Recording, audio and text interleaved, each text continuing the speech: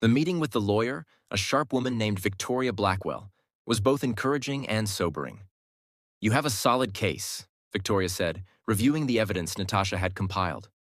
"The documented affairs, the financial control, the physical abuse, it's textbook domestic abuse. Most judges will grant you a divorce and probably alimony." "I don't want his money," Natasha said immediately. "I just want to be free." "Understandable, but let's be strategic. He used money to control you for 4 years. Let's make him pay for that, literally." Victoria's smile was sharp. "I suggest we ask for a lump sum settlement, enough to cover your parents' expenses for the next decade, plus compensation for emotional distress. Call it $2 million. Natasha's jaw dropped. $2 million? He can afford it, and more importantly, it sends a message that you can't be pushed around. Victoria closed her folder. "Now, the complication is your living situation." "What do you mean?" "You're living with Major Carter. Julian's lawyer will absolutely use that to paint you as an adulteress who abandoned her marriage. It doesn't matter that it's not true. Perception is reality in divorce court." Deshawn, who'd been sitting quietly beside Natasha, spoke up. "What if we had witnesses? People who could testify that Mrs. Smithfield moved here for safety, not romance." "That would help," Victoria admitted. "But the best defense would be if you two maintained completely separate lives. Separate floors, no social interaction, strictly employer-employee relationship until the divorce is finalized." Natasha felt something sink in her chest. No social interaction? She'd just found Deshawn, just started feeling safe with him, and now they had to pretend to be strangers?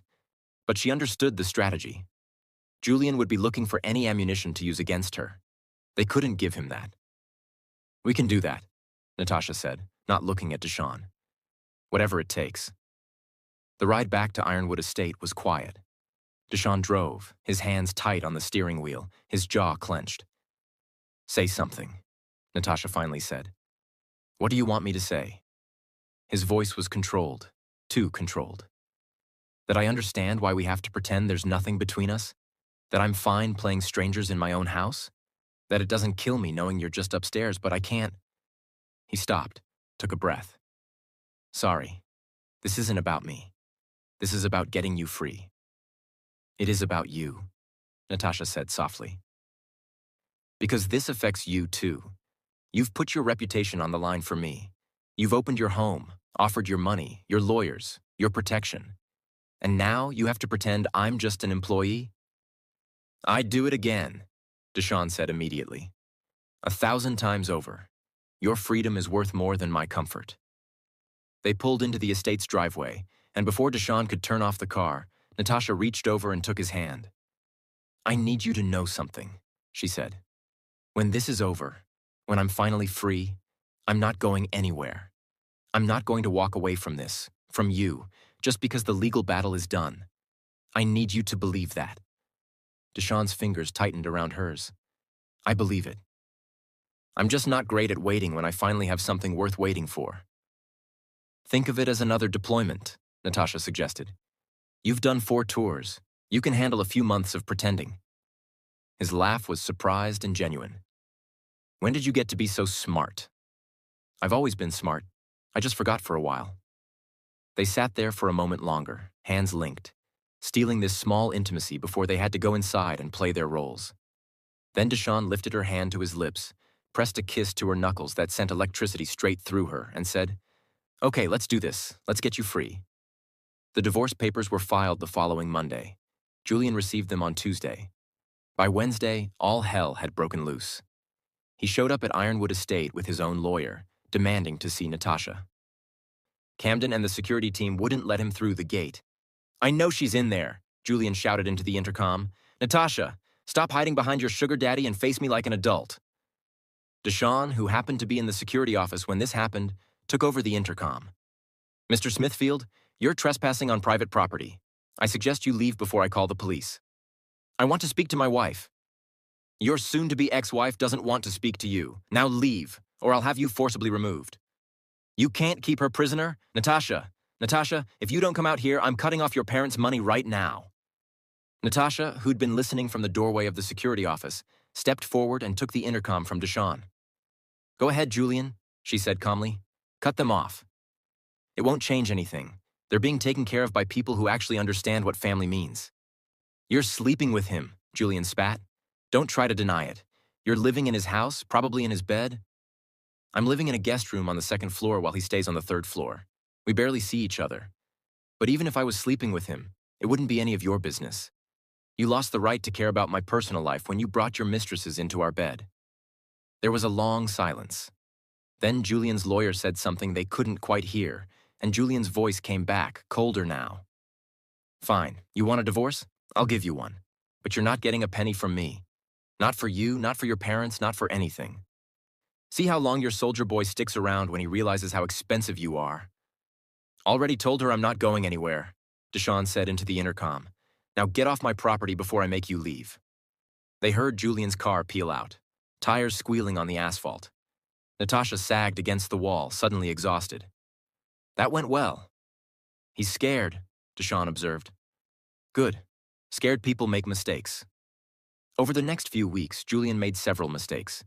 He tried to access Natasha's new bank account, illegal and documented by the bank. He called her parents and told them Natasha had abandoned them. Her mother called Natasha immediately, and Natasha explained everything, sending her parents evidence of Julian's affairs. He posted on social media about the sanctity of marriage and how some people give up too easily, which looked very hypocritical when Victoria's team accidentally leaked photos of Julian with various women. And perhaps his biggest mistake, he tried to have Deshawn investigated, looking for anything to discredit him. He found nothing. Deshawn's record was spotless. Decorated war hero, successful businessman, philanthropist who donated millions to veterans' charities. There wasn't a single skeleton in his closet to exploit.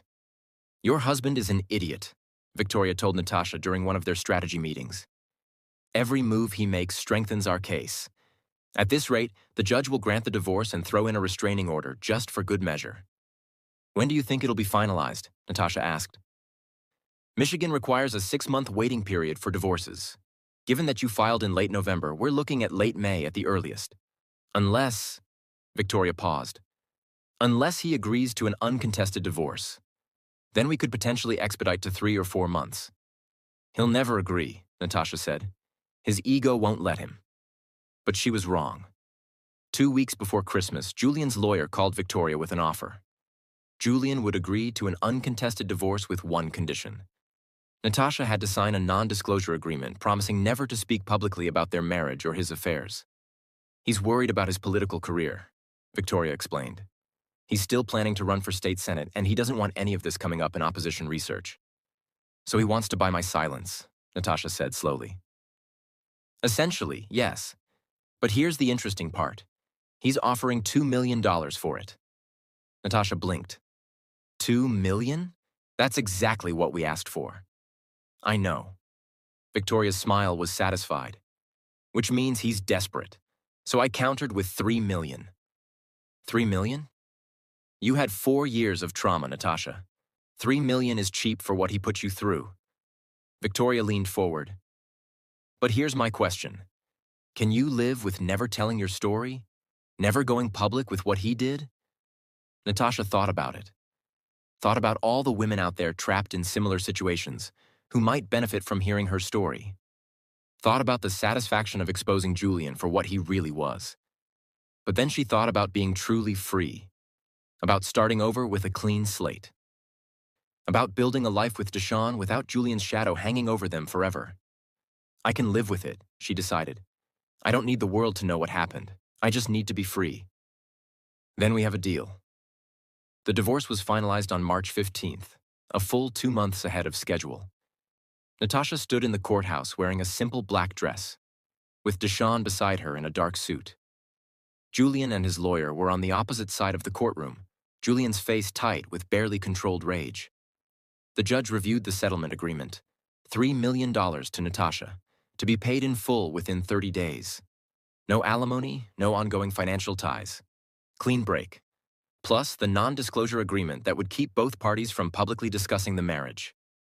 Mrs. Smithfield, do you agree to these terms? The judge asked. I do, Your Honor. Mr. Smithfield?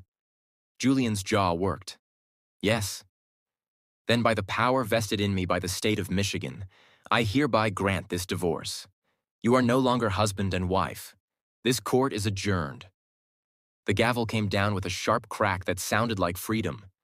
Natasha stood there for a moment, letting it sink in. After 4 years of prison masquerading as marriage, after months of fighting and fear and uncertainty, she was free. Truly, completely free. She turned to find Deshawn watching her with soft eyes. "How do you feel?" "Like I can breathe for the first time in years," she whispered. They walked out of the courthouse together, and waiting on the steps was a surprise that made Natasha's throat tight with emotion. Her parents.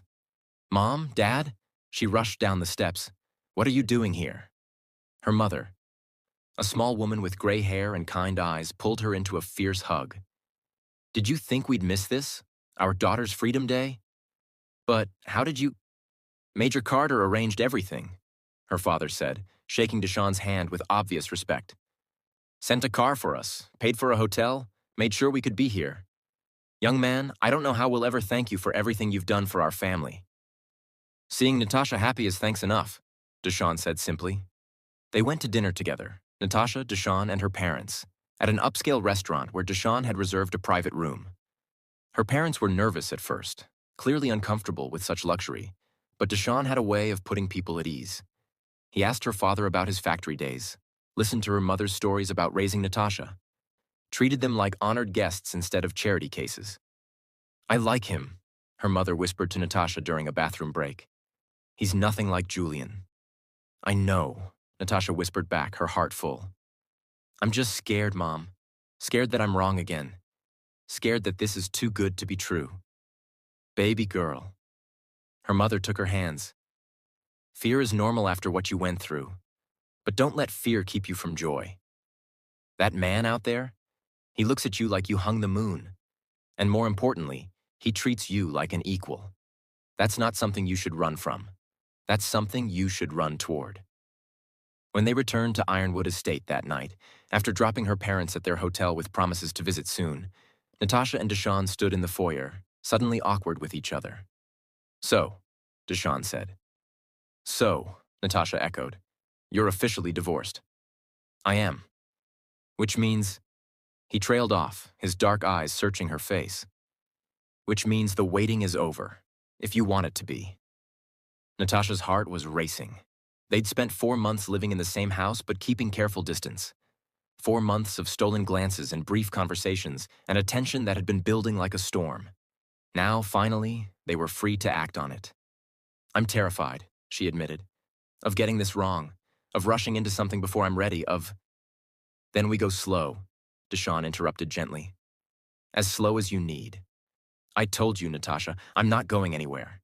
We can take a year if that's what you need, 5 years, however long it takes for you to feel safe. What if I don't want to go slow?" The words hung between them like a challenge. Deshawn's eyes darkened. "What are you saying?"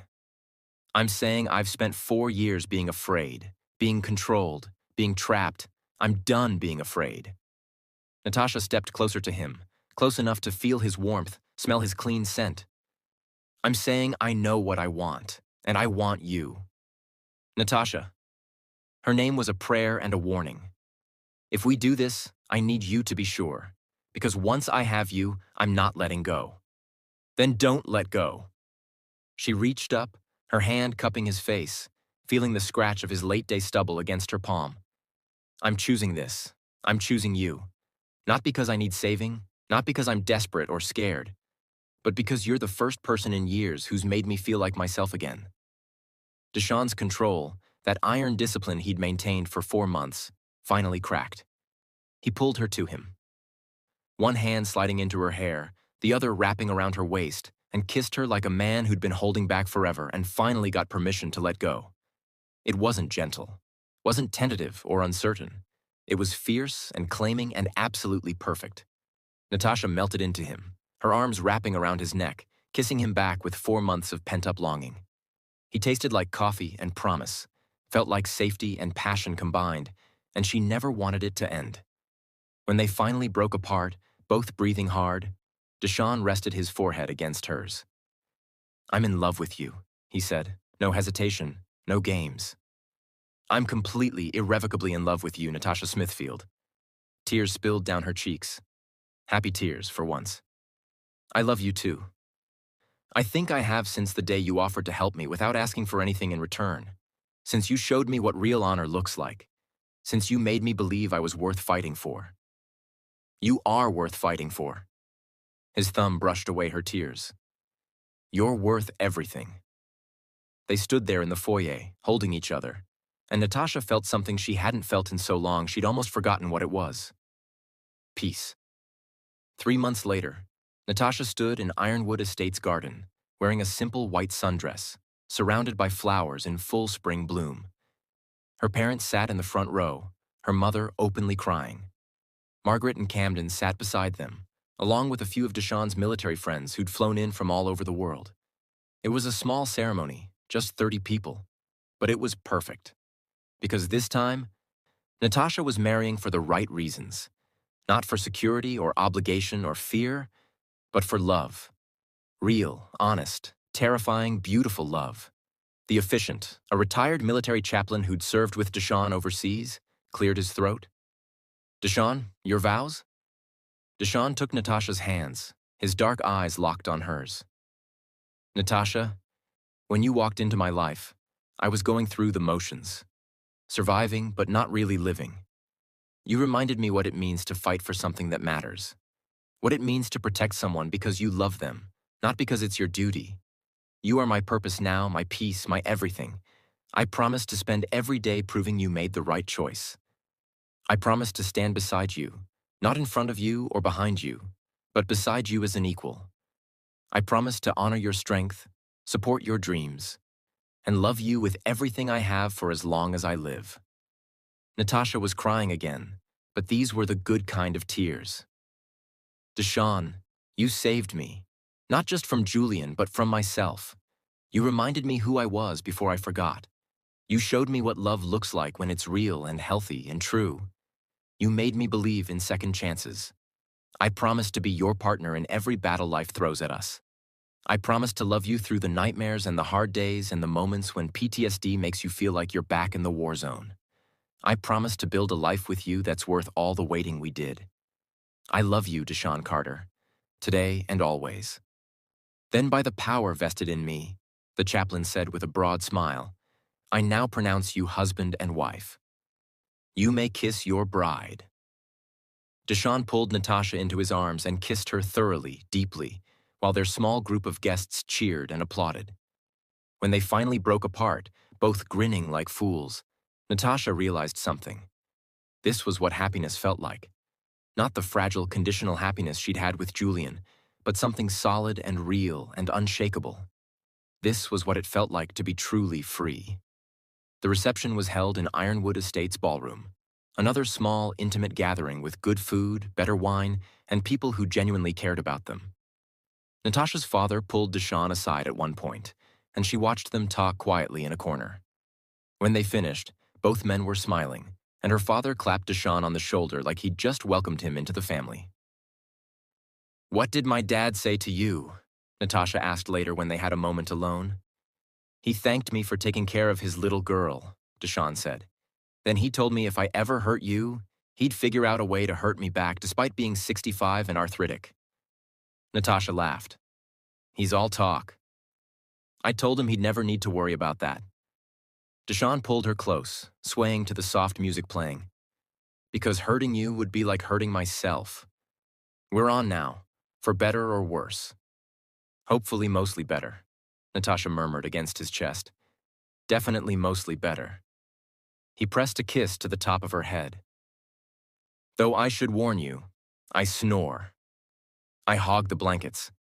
I wake up at 4:30 a.m. for my workout. I'm not functional until I've had coffee. I have nightmares sometimes. I'll be there when you wake up. Natasha pulled back to look at him. Always. That's what partners do. His smile was soft, loving. Yeah, that's what partners do. They danced until late, celebrated with friends and family, and when the last guest finally left, they climbed the stairs to Deshawn's suite, now their suite, hand in hand. Mrs. Carter, Deshawn said as they reached the door, I have a tradition I'd like to start. What's that? He swept her up into his arms, making her squeal with surprise and laughter, and carried her over the threshold. Welcome home. And it was home. Not because of the luxury or the size or the expensive furnishings, but because Deshawn was there, because she was free to be herself, because love lived here. Real, messy, imperfect, beautiful love. 6 months later, Natasha sat in her new office at Ironwood Estate, a space Deshawn had helped her set up for her medical research. The $3 million from the divorce settlement had been invested wisely. Part of it went into a trust for her parents' long-term care. The rest had been split between her research and various charities for domestic abuse survivors. She was currently working on a new project, a foundation that helped women escape abusive marriages by providing legal fees, temporary housing, and job training. The Natasha Carter Foundation for Domestic Abuse Survivors. Her phone rang. It was Victoria Blackwell. "I have news," Victoria said. Julian dropped out of the state Senate race. Natasha sat up straighter. "What? Why?" Apparently, several women came forward with their own stories of his affairs and harassment. The party decided he was too much of a liability. Victoria's voice held satisfaction. "He's also being investigated by the Michigan Bar Association for ethics violations. Seems he was using client funds inappropriately." "Karma," Natasha murmured. "The best kind. But Natasha, I need to ask, did you have anything to do with this? The women coming forward?" "No." And it was true. "I signed that NDA. I've kept my word. But I may have encouraged other women to tell their own stories, women who weren't bound by any agreements." Victoria laughed. "Brilliant, absolutely brilliant.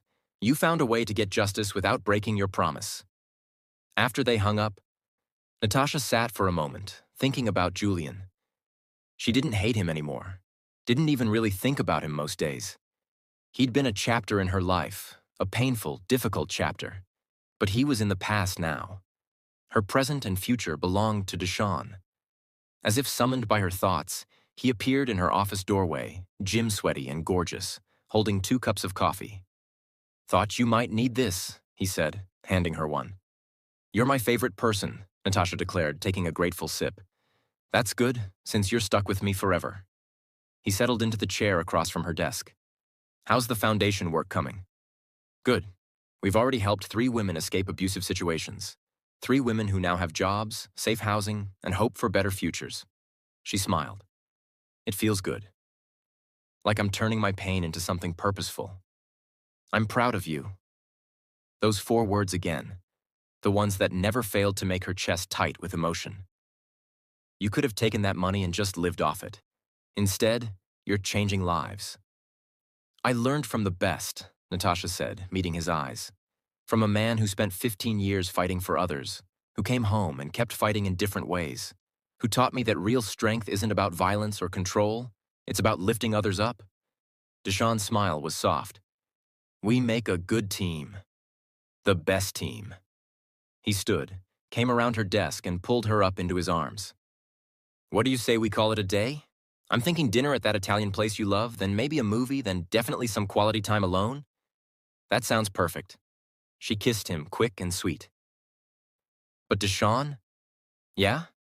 Thank you for everything, for saving me, for loving me, for showing me what my life could be. Baby, you saved yourself." He cupped her face, his expression fierce and loving. "I just gave you a safe place to land while you did it. All that courage, all that strength, that was you. Always you." And as they left the office hand in hand, heading toward an evening of simple joys and quiet love, Natasha realized something profound. She'd spent 4 years married to a man who'd made her feel small, weak, broken. And then she'd met a man who made her feel powerful, capable, whole. But the truth was, she'd always been those things. She just needed to remember. Sometimes the greatest love story isn't about being saved. It's about finding someone who reminds you that you're strong enough to save yourself. Someone who stands beside you while you fight your own battles, ready to catch you if you fall but never doubting you'll stand. That was Deshawn. That was their love. And it was more than she'd ever dreamed possible. The lesson? Real love doesn't control. It empowers. Real love doesn't trap. It sets you free. And real strength isn't about enduring abuse or staying in situations that destroy your spirit. Real strength is knowing when to walk away, having the courage to start over, and believing you deserve better even when the world tells you otherwise. Natasha learned that second chances are real, that life after trauma is possible, that love, real, healthy, beautiful love, exists if you're brave enough to fight for it. If you're in a situation like Natasha was, know this. You are not trapped. You are not broken. You are not worthless. You are a survivor, a warrior, and you deserve so much better. Reach out, ask for help. Take that first small step toward freedom. It might be the hardest thing you ever do, but I promise you, it's worth it. If this story touched your heart, subscribe to this channel, hit that like button, share this video with someone who needs to hear this message. Drop a comment telling me what you learned from Natasha's journey. Your story isn't over yet. Keep fighting, keep believing, and remember, you are so much stronger than you know. I'll see you in the next story. Stay strong, stay brave, and never stop believing in your worth.